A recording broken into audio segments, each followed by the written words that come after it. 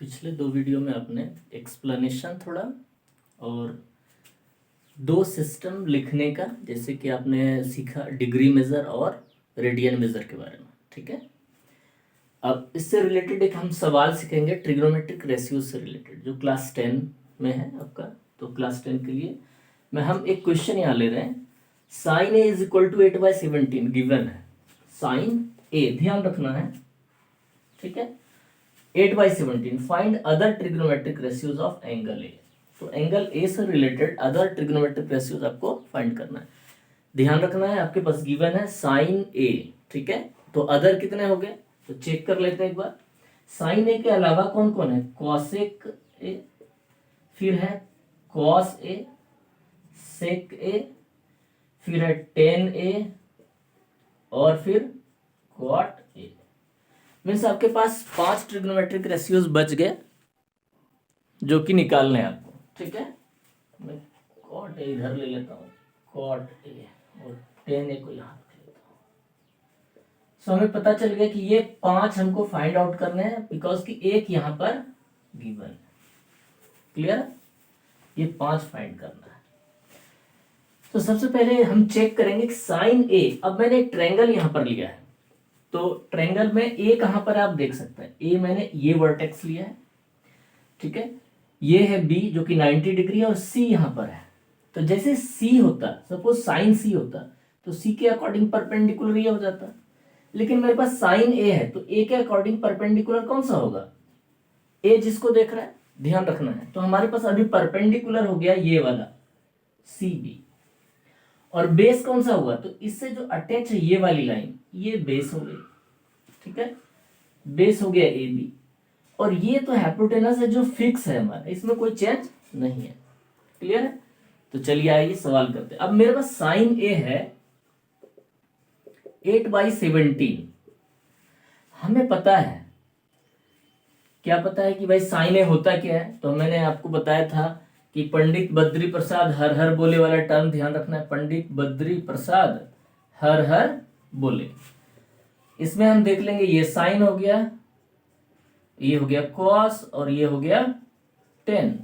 फिर इधर से कर लेंगे तो कॉसेक, कॉस का रेसिप्रोकल हो गया सेक, और टेन का हो गया कॉट, ठीक है। ये वाला ध्यान रखना है। अब साइन ए 8/17, तो साइन ए मीन साइन थीटा क्या है? P/H, ठीक है। अगर ये P/H है तो P/H क्या होगा? 8/17। हमको हमारे पास क्या नहीं है? B नहीं है, तो इसको सॉल्व करेंगे। अब मैं 8/17 ले लेता हूं और इधर P/H ले लेता हूं। अगर प्रॉपर हम सॉल्व करें तो इज इक्वल टू समथिंग कुछ लेना पड़ेगा। मैंने कांस्टेंट लेट कर लिया कि भैया इज इक्वल टू के है, B फाइंड करना है। तो अब मैं इसको आगे सॉल्व करूंगा। P8 इधर आ जाएगा और H/17 हो जाएगा। क्या किया हमने? H और 8 को चेंज कर दिया, इज इक्वल टू के। अब P इज इक्वल हो जाएगा 8 के एंड H इज इक्वल हो जाएगा 17 के। अगर ये गिवन है तो इसके अकॉर्डिंग ये कंडीशन हमारा परपेंडिकुलर और हाइपोटेनस आता है। तो इसके अलावा अब हमें निकालना क्या है? बेस। तो मैं यहां पर लिख लेता हूं एक बार 8 के, और हाइपोटेनियस हो गया 17 के। आपको फाइंड करना है बेस बी। तो बेस के लिए हम क्या करेंगे? तो पाइथागोरस थ्योरम का यूज करेंगे कि √h² माइनस p² का टर्म आएगा। अब h² क्या है? h के हमारे पास 17 के है, तो हम यहाँ पर 17 के का होल स्क्वायर लेंगे, माइनस p के हमारे पास 8 के, इसका होल स्क्वायर। अब सॉल्व करेंगे 17 के का होल स्क्वायर और माइनस 8 के का होल स्क्वायर, क्या आएगा? तो देखते हैं। 17 का स्क्वायर कितना होगा? तो आप इसका इस तरह से कैलकुलेशन कर सकते हैं। 17 का स्क्वायर, वैदिक मैथ में मैंने एक वीडियो इसका भी भेजा है कि स्क्वायरिंग कैसे हम स्क्वायर करेंगे फास्ट, तो उसको यहाँ से देख लेते हैं। तो ये वाला जो टर्म है इसका स्क्वायर ले लेना। 7 का 49, तो 9 आ गया, 4 आपके पास रह गया। अब 1 इंटू 7, 7 और 7 इंटू 2 14 हो गया, 14 4 18 हो गया। बचा 1 का स्क्वायर और प्लस 1, 1 का स्क्वायर प्लस 1 कितना हो गया 289। तो आपका 17 का स्क्वायर हो जाता है 289, ठीक है। और 8 का स्क्वायर कितना हो गया आपका 64। तो अब मैं यहां पर लिख सकता हूं 289, और चूंकि k है तो k का स्क्वायर माइनस 8 का 64 और k का स्क्वायर। कैलकुलेशन करते हैं, k स्क्वायर कॉमन हो जाएगा, 9 में 4 5 हो गया, और 8 6 2 हो गया, और 2 और इधर k स्क्वायर 225, मीन्स रिजल्ट आया 15k। तो हमारा बेस क्या होता है 15k हो जाता है, ठीक है। अब आप देखिए हमारे पास आया बेस 15k, तो मैंने बेस यहाँ रख लिया है, ठीक है। तो मेरे पास परपेंडिकुलर भी हो गया, हाइपोटेनियस भी, और बेस भी आ गया। अब हमें फाइंड करना है अदर ट्रिग्नोमेट्रिक रेशियोज। तो कॉसेक ए अगर मैं बात करूं, कॉसेक ए, तो फाइनली कॉसेक ए रेसिप्रोकल है किसका, साइन का। तो 1 बाई साइन ले सकते हैं, या इसका उल्टा h बाई पी ले सकते हैं। फाइनली ये वैल्यू तो हमारे पास आ जाएगी। हाइपोटेनस और परपेंडिकुलर, तो हाइपोटेनस मेरे पास क्या है 17 के, और परपेंडिकुलर कौन है तो 8 के। या अगर हम यहां से जाते हैं तो इसमें भी चेक कर लेते हैं। अब मैं यहां पर h ले लेता हूं, 17 के है, बेस हो गया हमारा कौन सा, ये हो गया 15 के। किसके अकॉर्डिंग बेस है और परपेंडिकुलर है, तो इस एंगल के अकॉर्डिंग, ठीक है। और अब मेरे पास ये वाला परपेंडिकुलर क्या 8 के है, तो वैल्यू हमारे पास आ गई। अब इसके अकॉर्डिंग वैल्यू हम यहां ले लेंगे। तो कॉसेक के h बाई पी है, तो हाइपोटेनस क्या है हमारा 17 के, और परपेंडिकुलर क्या है 8 के। के से के कैंसल, 17 बाई 8, ये हो गया हमारा कॉसेक ए, ठीक है। अब हम ले लेते हैं कॉस ए। कॉस ए क्या होता है, कॉस थीटा क्या है बी बाई एच, तो हमें लेना है B by base by hypotenuse. तो बेस कितना है आप चेक कर लीजिए, 15 के है, और हाइपोटेनियस है 17 के। सो के कैंसल, सो 15 बाई 17, ठीक है, ओके। अब कोई और ले, सेक क्या होगा इसका उल्टा, मैं सीधा सीधा हम लिख सकते हैं सेक ए, तो ये हो जाएगा 17 बाई 15। अब जैसे हम 10 ले लेते हैं 10 ए, सो 10 ए क्या होगा, 10 क्या हमारे पास परपेंडिकुलर बाई बेस है, तो परपेंडिकुलर ले लेंगे। परपेंडिकुलर हमारे पास क्या आ रहा है 8 के, और बाई बेस, बेस कितना आ रहा है 15 के कैंसल 8 बाई 15, ठीक है। और कॉट क्या हो जाएगा ठीक इसका रेसिप्रोकल, तो आप कॉट इज इक्वल ले सकते हो, कॉट ए ले लेते हैं, तो इसका उल्टा 15 बाई 8 हो जाएगा, ठीक है। अब बचा कि आपके पास कॉस भी हो गया, कॉसेक भी, सेक भी, टेन भी, कॉट भी, क्लियर है। अब नेक्स्ट एक सवाल और लेते हैं। अब जो क्वेश्चन है तो उसी तरह का, लेकिन थोड़ा सा चेंज किया है, उसे देखते हैं। मैंने सेकंड क्वेश्चन लिया है और बहुत ही अच्छे से इसे समझना है। अगर इसे आपने समझ लिया तो इस तरह की किसी भी सवाल में आपको कोई प्रॉब्लम कभी नहीं होगी। क्वेश्चन मैंने लिया, इफ साइन एक्स, हमारे पास ट्रायंगल एक्स वाई जेड है और वाई पर 90 डिग्री बना है, ठीक है, और मैंने ले लिया sine x is equal to 9/41, given है आपके पास sine x is equal to 9/41। अब आपको फाइंड करना है क्या other trigonometric ratios of angle Z.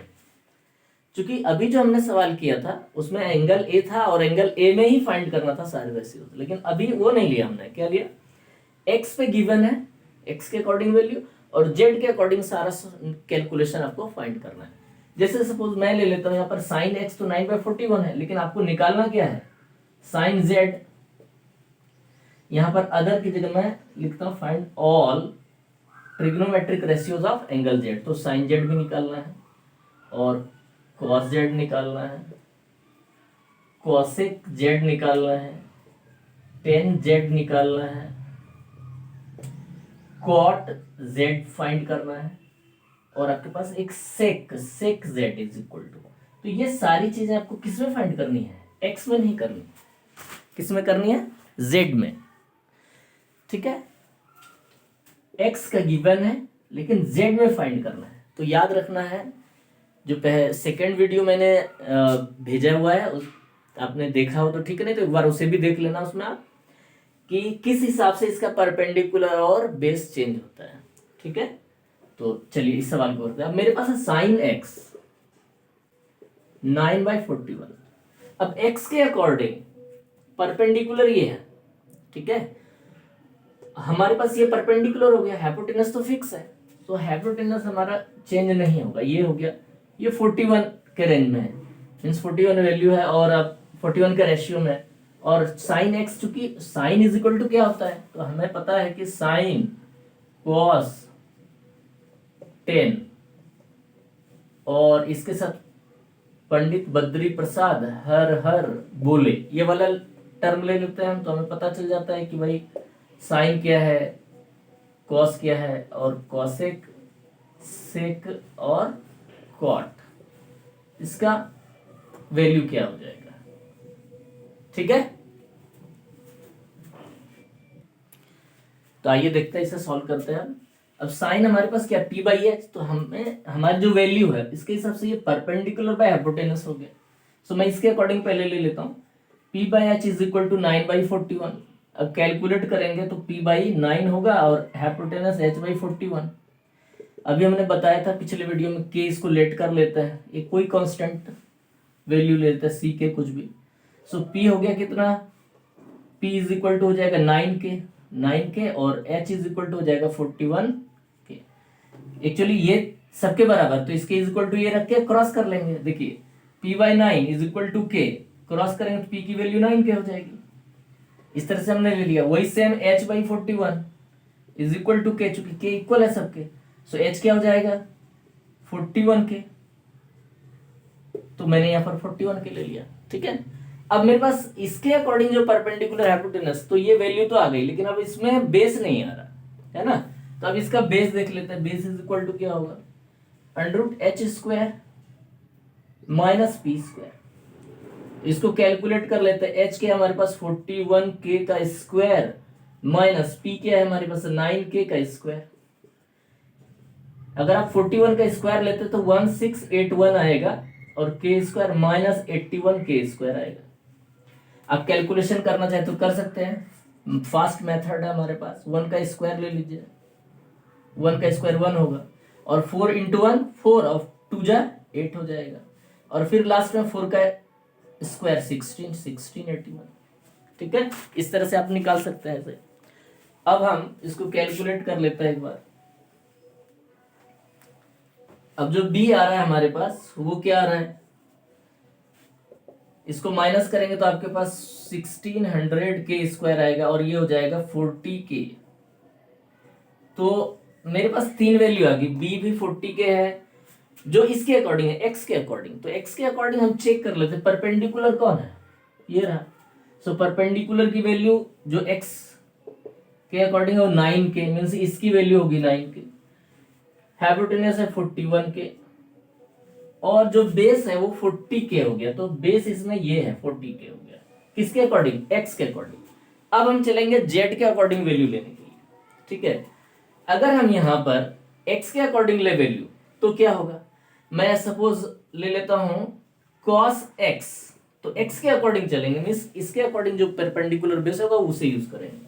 तो b/h होगा, तो बेस ये हो गया और h ये, तो ये हो जाएगा 40k/41k, के कट गया, आपके पास 40/41। लेकिन जब हम z के अकॉर्डिंग जाएंगे तो क्या होगा, तो z के अकॉर्डिंग चलते हैं, cos z देखते हैं, cos z, तो z में क्या, cos तो b/h है, लेकिन z के अकॉर्डिंग बेस कौन, तो z ये है, इसके अकॉर्डिंग परपेंडिकुलर ये हुआ, बेस कौन है, ये वाला टर्म, मीन्स हमारे पास हो जाएगा zy/zx। तो zy क्या है, बेस, और हाइपोटेनस हो गया zx, किसके अकॉर्डिंग, z के अकॉर्डिंग, क्योंकि z जिसको देख रहा है वो साइड ये है और ये परपेंडिकुलर हो गया, तो बेस ये हो गया। ठीक है, तो बेस बाई हाइपोटेनस, सो मेरे पास आता है 9k/41k और ये क्रॉस हो जाता है 9/41, तो cos z निकल गया। ठीक है, तो cos z फाइंड कर लिया आपने। अब अगर हम sin z की तरफ जाएंगे तो उसे देखते हैं, क्वेश्चन ले लेते हैं। अब दूसरा लेते, जैसे sin z ले लेता हूं मैं, तो sin तो p/h होगा, ये तो कंफर्म है। तो z के अकॉर्डिंग परपेंडिकुलर कौन, 40k, क्योंकि जेड किसको देख रहा है, एक्स वाई को, और बाई हाइपोटेन्यूज 41 के, सो हमारे पास वैल्यू आती है 40/41। इस तरह से अगर मैं कोई दूसरा लेता हूँ, जैसे से हम ले लेते हैं एक कॉट का, कॉट जेड, कॉट क्या आएगा, बी बाई पी। सो बी/पी में जेड के अकॉर्डिंग बेस कौन है, तो जेड वाई आ रहा है, मीन्स 9 के, और परपेंडिकुलर 40 के। सो रिजल्ट क्या आता है, 9/40। ठीक है, बाकी जो आपका कुछ बचता है ये आपका काम है, आप इसे एक बार कैलकुलेट कर लीजिए। ठीक है, रिवाइज कर लेंगे और आशा है कि आप इसे बहुत अच्छा सीख पाएंगे। फिर नेक्स्ट वीडियो में मिलते हैं।